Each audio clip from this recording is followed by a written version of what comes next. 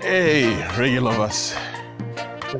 We're now on more days of the lockdown, and I'm here with Vancouver. And Vancouver, welcome. How are you finding all that's been happening around coronavirus? You know, in the recess of it, we reggae lovers, we know that we love reggae music, but then at some point because everybody is busy running around the city, and so this is the best moment to see, we can talk about what we love, we grew up listening to reggae music, and so today is an opportunity for me to talk reggae and enjoy myself, so welcome on board. Yeah. You know, one of the important things that have been happening is Buju coming out from prison, 2 years, almost 2 years now, and the recent interview he granted on stage, where he says, hey, who is performing again nowadays?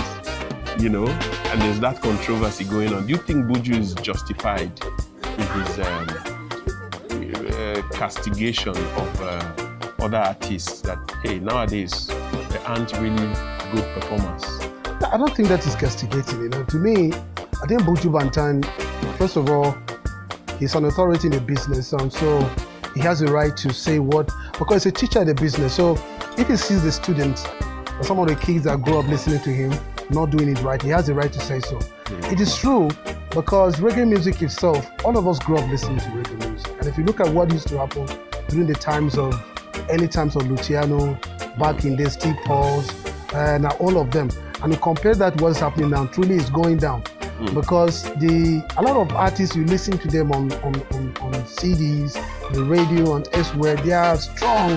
But when you see them on the stage, they are not really like the radio. But then when you see Buju Banton on the stage, it's same Buju on radio, same Buju on CD. If you listen to Capitan, for instance, you listen to him on the CDs, the radio, see him on the stage, it's the same person. So something is wrong. The young guys, a few of them are getting it right, like the Bounty Killer, who came shortly after Buju Banton, down to people like Roman Vigo. Yeah, a few of them are really there, but not all of them. So it is right for him to say that, because we must always keep the young people in check before everything goes on. So I think he's right, because I'm no longer enjoying what we grew up seeing, which we expect that now it should have been better than that. So he's right. Okay, yeah, he's right in a way, but I also noticed that when Buju came out of prison, the Long Walk to Freedom show, that concert, do you think Buju was at his best in performance there? You know, I am in a group, Buju Banton's group, one of his group in Jamaica. So there was this day I questioned that too. I said, I think Buju Banton is a great artist, but I doubt his stage credibility, especially now that he's back. I'm not saying he doesn't know how to perform, don't get me wrong.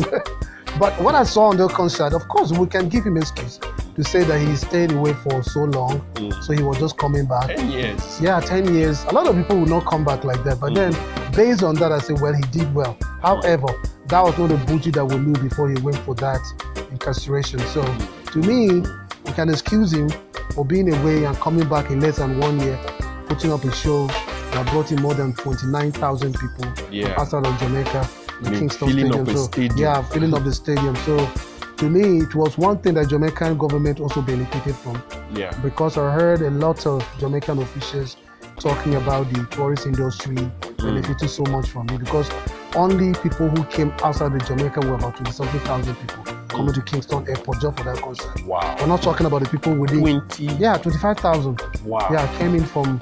So that is how big reggae business is that country. So Buju, in so many ways, Buju has always been that epitome of reggae music. So you will always excuse him for some of these things. So I think, but he's doing better now compared to, he has lost weight. You know, he came and was looking big. You know, so you can excuse him for stuff like that. But I think Buju is always Buju. He has not changed. The voice is still there. The face is there, but he has some kind of white beard now. But then it's Buju still, I think. And he has, lived. He's growing older.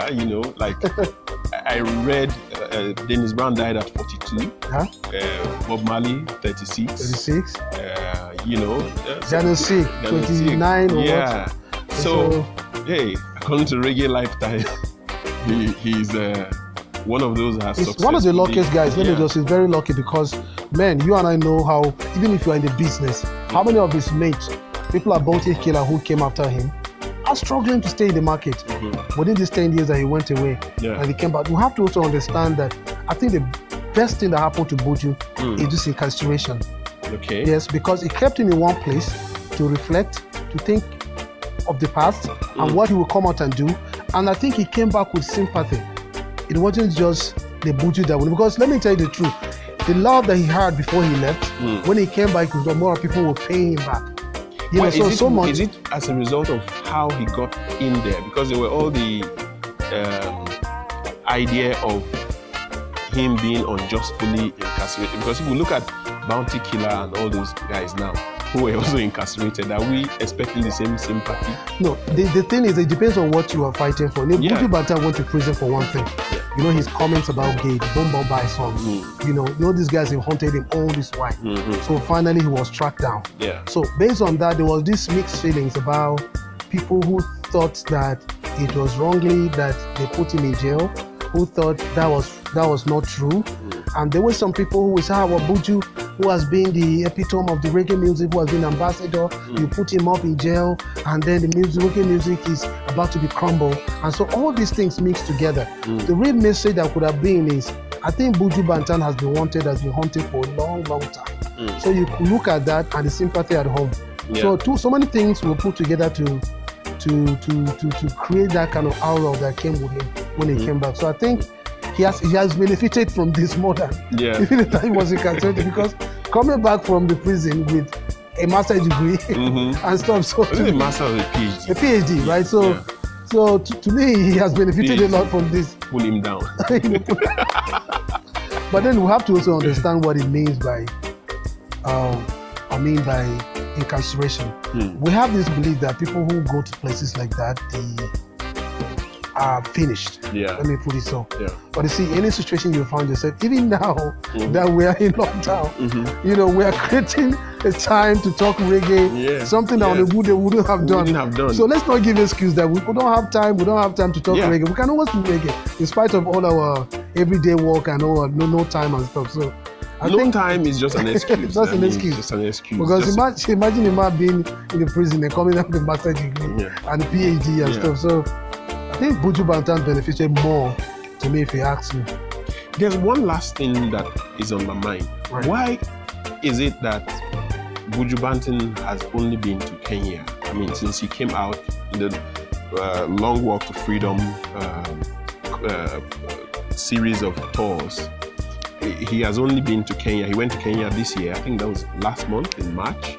And in Kenya, somebody interviewed him, why doesn't they always talk about Africa? Why don't they tour Africa enough?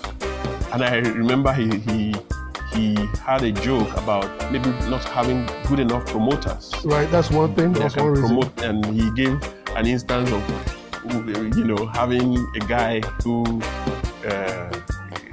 is running around town to go and meet his cousin or somebody to borrow a speaker or to borrow a mixer. Now, there are no serious promoters, but in that joke, he has said something serious. Why is it that Nigeria, that has the biggest music industry in the world right now, I mean, in terms of producing the biggest artists across the world right now, we don't have big enough promoters of the music? Okay, look, we have to look at this in two dimensions.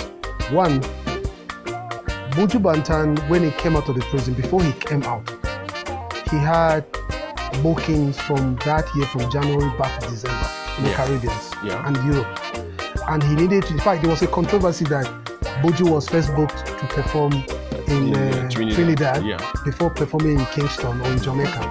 And they had to fight over and over, front and back. But finally, outside of the Jamaica. So finally, he did it first in Jamaica, and after that, he embarked on some of the bookings that he had. That's one. And he had not even finished. I think he still have some bookings. Now, coming to Africa, these guys, when they come here, they go back with with information. You know, Luciano was here the last time.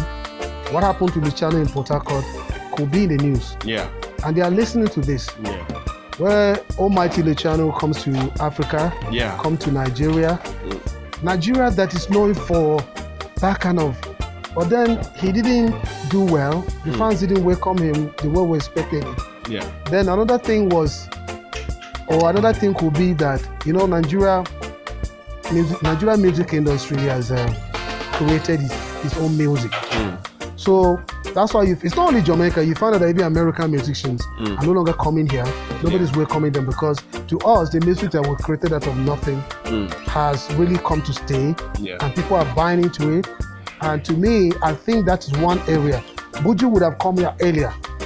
But for him, or for any of them to think that they will come to Africa, especially a country like Nigeria, and get that kind of ovation or that kind of welcome the way it used to be, will not be possible because of the advent of the new sound that we have created in our country called Nigeria.